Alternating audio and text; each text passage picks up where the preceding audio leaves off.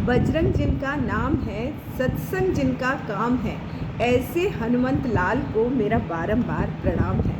कहते हैं कि यदि कलयुग में इस धरती पर कोई ईश्वर सशरीर विद्यमान है तो वो केवल परम राम भक्त श्री हनुमान जी हैं और आज उनका जन्मदिन है।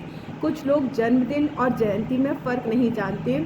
आज के दिन को हनुमान जयंती कहते हैं, तो मैं उनको बताना चाहती हूँ कि जन्मदिन उन लोगों का मनाया जाता है जो आज भी जन्म के बाद से आज तक हमारे साथ हैं, इस धरती पर मौजूद हैं। और जयंती उन लोगों की मनाई जाती है जिन्होंने कभी इस धरती पर जन्म लिया था लेकिन आज वो हमारे बीच में नहीं है, आज वो परम धाम में है।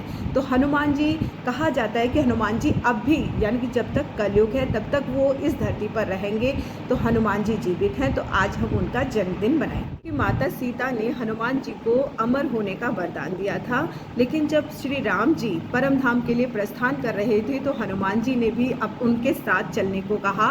तब श्री राम जी ने कहा कि आपको इस धरती पर रहकर राम नाम लेने वाले भक्तों का बेड़ा पार करना है, क्योंकि कलयुग में कोई धरती पर एक समय ऐसा आएगा जब कोई देवता अवतार नहीं लेगा और पापी लोगों की संख्या बढ़ जाएगी।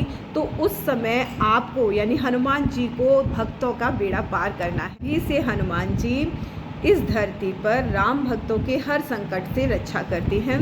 कहा जाता है कि जहाँ भी राम कथा होती है वहाँ हनुमान जी किसी न किसी रूप में अवश्य पहुँच जाते हैं।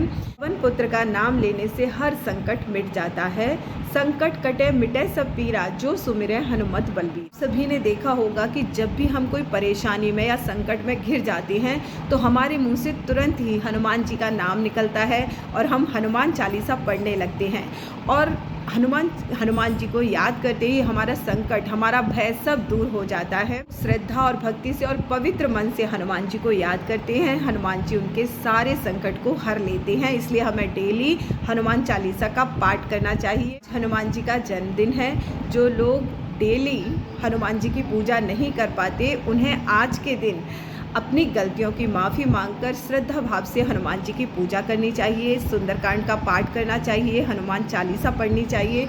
तो हनुमान जी निश्चित रूप से हम सब के, उन सब के दुख दूर करेंगे और सबके संकट हर लेंगे, क्योंकि उनको संकट मोचक कहा जाता है। आज का दिन हनुमान जी से जुड़ने का और उनके गुणों को याद करने का और अपने अंदर समाने का दिन है।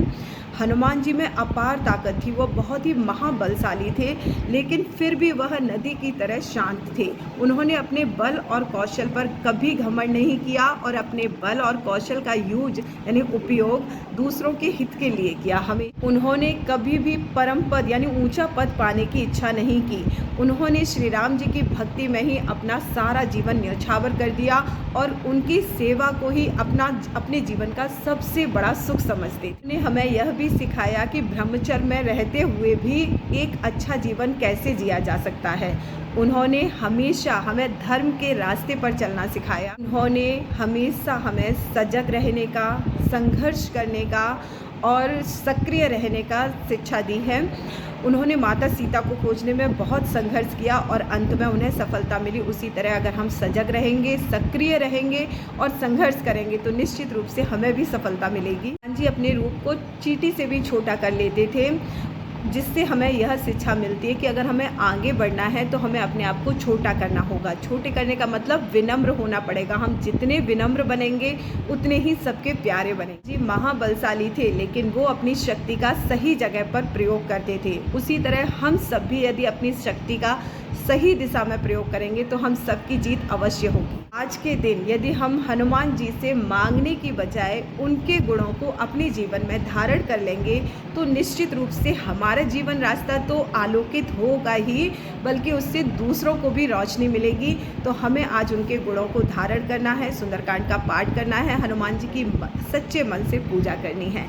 जय श्री राम, जय हनुमान, जय हो प्रभु।